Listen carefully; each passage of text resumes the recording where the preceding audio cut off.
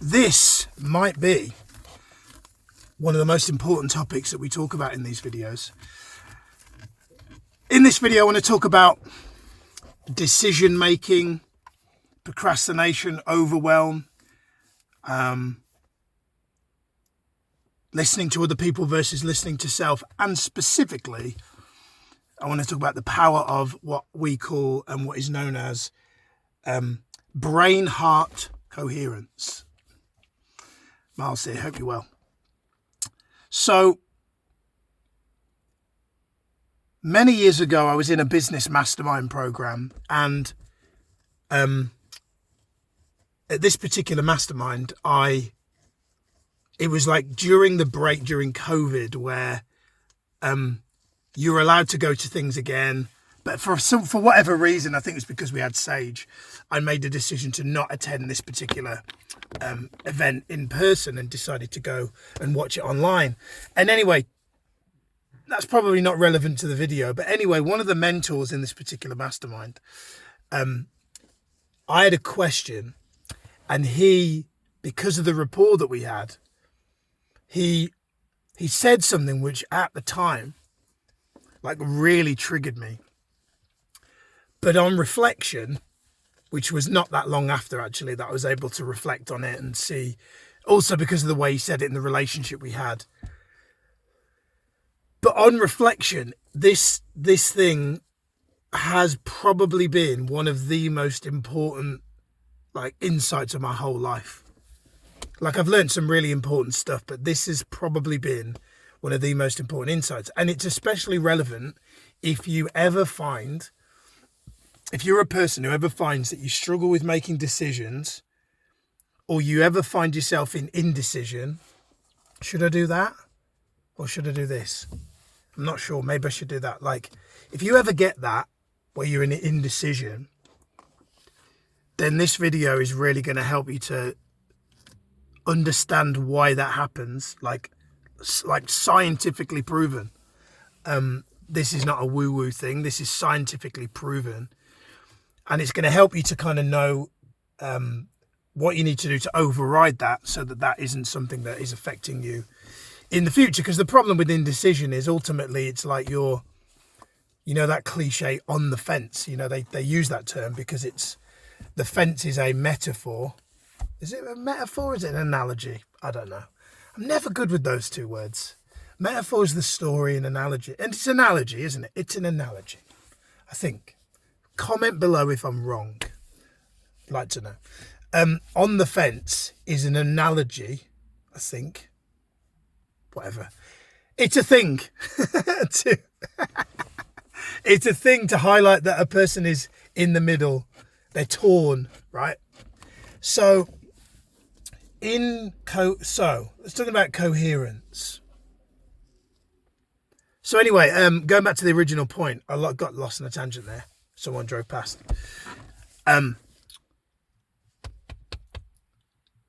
This mentor basically called me out. He said, here's the problem with Miles.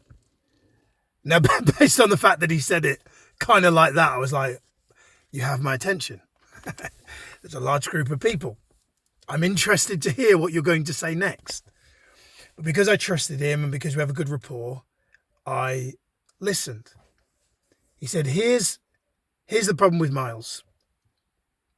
He said, Miles makes a decision and then he quickly changes his mind.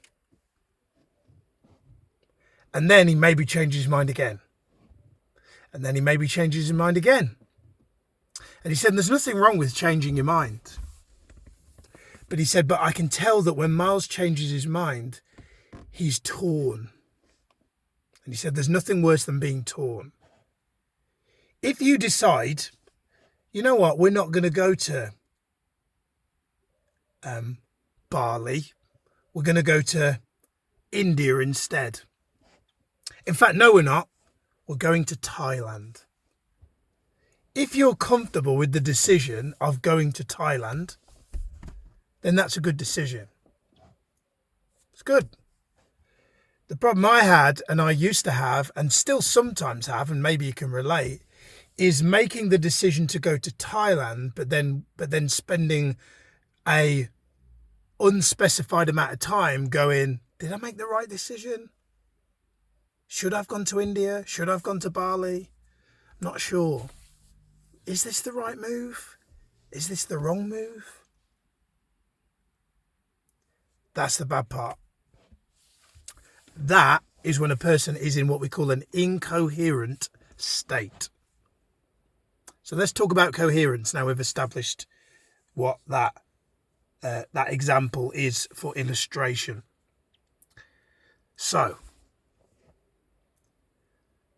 our heart and our brain are aligned, obviously, in terms of, people talk about the mind-body connection.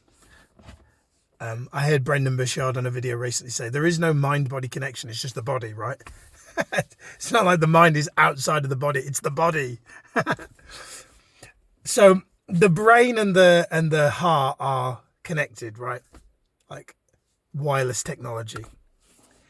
But if you turn off the wireless, or if you turn off the Bluetooth, your headphones don't work. And so when you are in an incoherent state, it is basically like your brain and your heart, the link between them is switched off. So when a person goes into indecision, what's fundamentally happening is the brain and the heart are like butting heads. Brain says no, heart says yes. Brain says yes, heart says no. Generally what happens is the brain says no and the heart says yes, because the brain is logic. So the brain generally is trying to keep you safe, right? That's its job. And the heart, you may call it the intuition, or you may call it your gut instinct. Generally, more often than not, when there's indecision, the brain saying no and the heart saying yes. And you'll know when you've had this experience, right? Because you may have had the experience where you've made the decision and afterwards you've gone, I shouldn't have done that. I can think of dates. Pre-Sati, just to clarify. I can think of dates where I've gone on reflection, I probably shouldn't have gone on that date. That probably wasn't. We probably weren't the right fit for each other. That's a polite way of describing it. And then you may have also had that experience where you've gone, I should have really done that. Like when I went to Las Vegas many years ago on a work company trip, there was a group of guys and girls that were going skydiving over like the Grand Canyon, I think. And they'd invited me to go and you could just kind of pay on the day. Anyway, I had a late night drinking. They got up in the morning. They came to my room to say, are you coming? To which I stayed in bed. I said, oh, I feel too hungover. And to this day, I regret that. Because it would have been like the opportunity of a lifetime, right? Missed out. So if you have this problem, and like right now, maybe you're watching this video, maybe here's something that you want to think about. If right now you've got something to think of, a decision to make, do not make a decision in an incoherent state. Because what will happen is you'll make a decision and it might be that afterwards you're like, oh, should I have done that? Not sure I should have done that. Here's the thing. When you are in a coherent state, and you make a decision, here's what happens. I'll explain let me do a little brainwave diagram for you. When you're in an incoherent state, here's what happens. The brain waves are a bit like this. They're like jagged. So when you're in an incoherent state, the brain waves are like jagged. So they're going like up and down, up and down. It's kind of like a fast heartbeat, right? It's irregular. When you're in a, let me just turn that battery thing off. When you're in a coherent state, the heart rate variability, or HRV, is a bit more like this, right? Okay.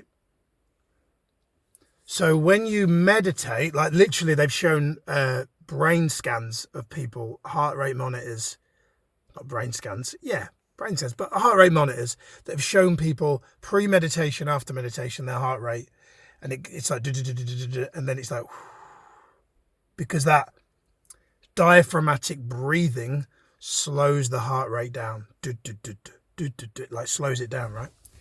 So if you have a big decision to make, here's what I do. I will sit, I have a device for it now called a heart math, which that mentor recommended, but you don't need to. You can go on YouTube and just put in like heart coherence meditation. If I have a big decision to make, I go on YouTube, I put in heart coherence meditation, and basically what it's going to get you to do, it's going to get you to do 6 breaths, like deep in, like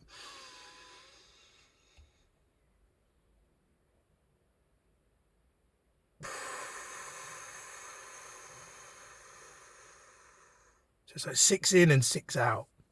When you do that for around 10 minutes, as long as you're undisturbed, undistracted, closed eye, you'll find that you're more likely to get into a coherent state. So if I've got a decision to make, what I'll do is I'll literally pull out my phone.